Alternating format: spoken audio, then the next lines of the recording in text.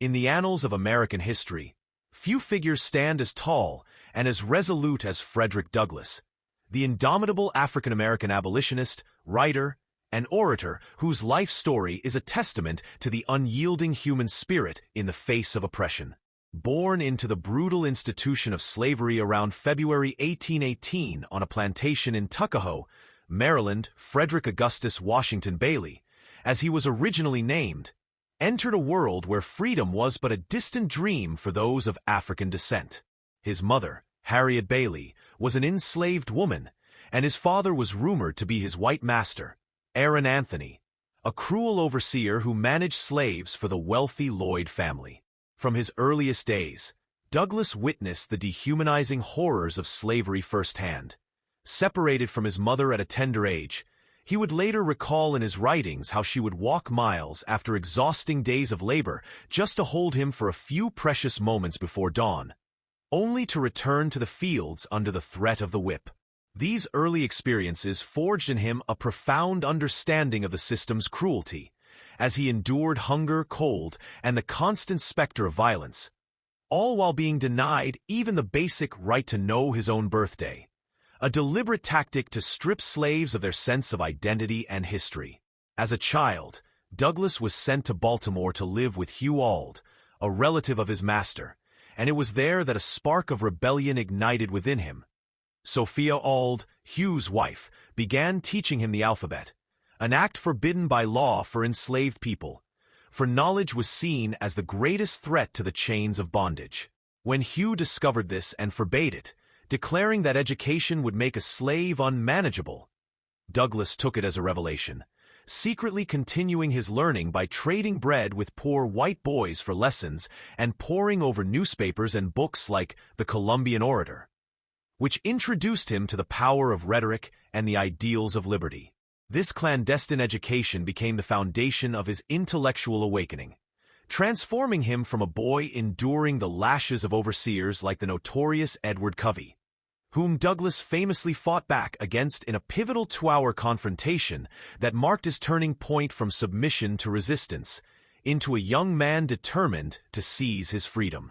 At the age of 20, in September 1838, Douglass executed a daring escape from slavery, disguising himself as a free sailor with borrowed papers and boarding a train from Baltimore to Philadelphia, then onward to New York City, where the air of liberty first filled his lungs, though the fear of recapture loomed large under the fugitive slave laws. Settling in New Bedford, Massachusetts, a bustling whaling town with a vibrant free black community, he changed his surname to Douglass to evade slave catchers and found work as a laborer on the docks, all while immersing himself in the abolitionist movement that was gaining momentum across the North. It was here that Douglass's voice began to emerge as a force for change. Attending anti-slavery meetings, he was inspired by figures like William Lloyd Garrison, the fiery editor of the Liberator newspaper, who would become both a mentor and a collaborator.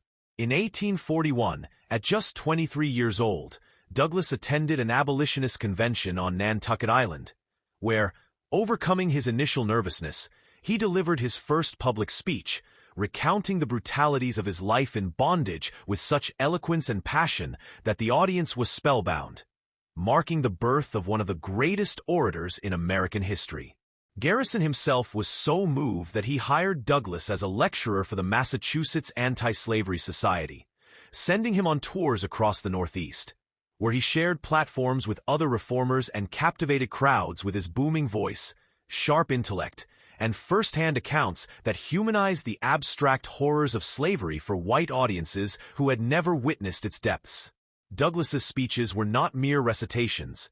They were masterful blends of personal narrative, moral indignation, and rhetorical flair, often drawing on biblical allusions, historical parallels, and logical arguments to dismantle the justifications for slavery, as when he famously declared in one address, "I would unite with anybody to do right, and with nobody to do wrong." His oratory prowess quickly made him a national figure, but it also exposed him to dangers, including threats from pro-slavery mobs who disrupted his lectures with violence. Yet Douglass pressed on undeterred, giving over 2,000 speeches in his lifetime, each one a clarion call for justice that echoed from lecture halls in America to audiences in Britain and Ireland during his tours abroad. In civil rights, his administration oversaw the desegregation of Southern schools more effectively than previous ones, enforcing court orders and advancing affirmative action policies. Nixon also ended the military draft, transitioning to an all-volunteer force, and supported the Equal Rights Amendment, though it ultimately failed ratification. His new federalism sought to devolve power to states, reforming welfare and revenue sharing, while he signed Title IX, prohibiting gender discrimination in education and revolutionizing women's sports. Economically, he imposed wage and price controls to combat inflation, took the U.S. off the gold standard, and navigated the 1973 oil crisis, though these measures had mixed results. Yet, beneath these triumphs simmered a darker undercurrent of paranoia and ethical lapses that would culminate in the Watergate scandal, forever tarnishing his presidency.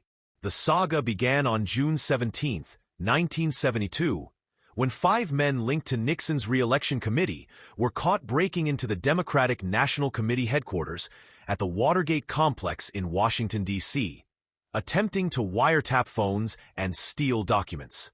What started as a bungled burglary escalated into a constitutional crisis as revelations emerged of a White House-orchestrated cover-up, involving hush money payments, destruction of evidence, and abuse of federal agencies like the CIA and FBI to obstruct justice.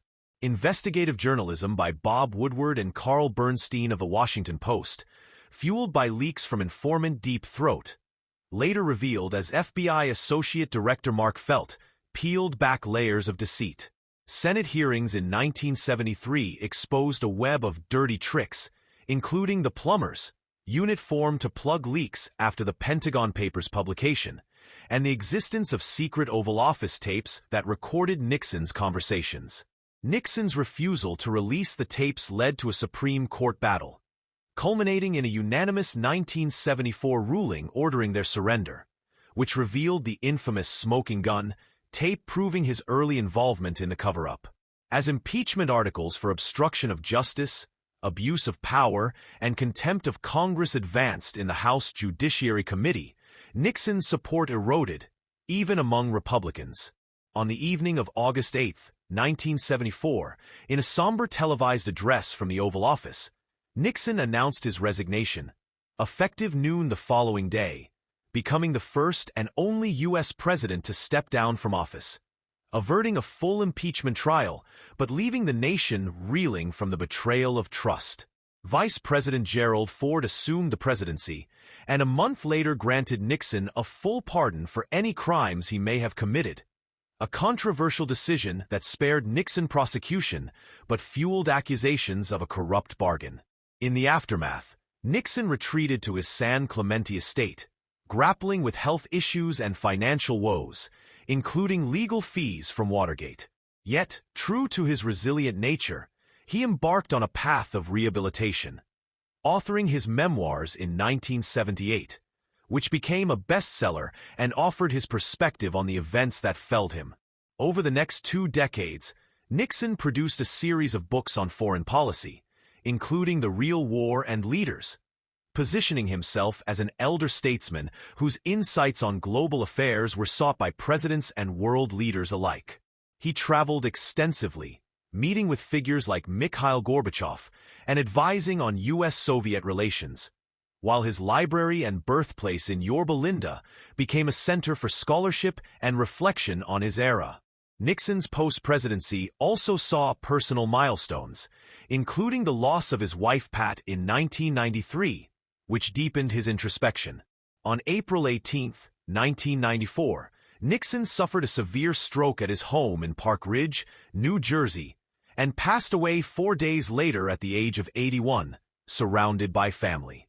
His state funeral in Yorba Linda drew thousands, including all 5 living presidents, Ford, Carter, Reagan, Bush, and Clinton, who eulogized him as a complex leader whose foreign policy acumen outweighed his domestic failings.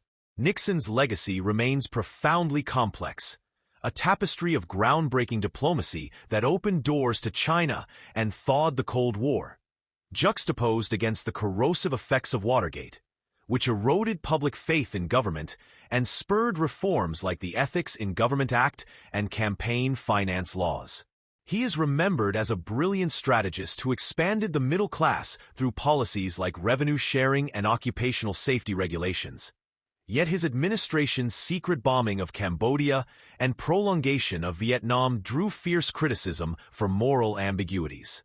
In environmental policy, his creation of the EPA stands as a pillar of modern conservation, protecting air and water for generations, while his support for Native American self-determination advanced tribal sovereignty. Critics point to his Southern strategy, which appealed to white voters amid civil rights advancements, exacerbating racial divisions, and his taped conversations revealed a man prone to profanity and prejudice.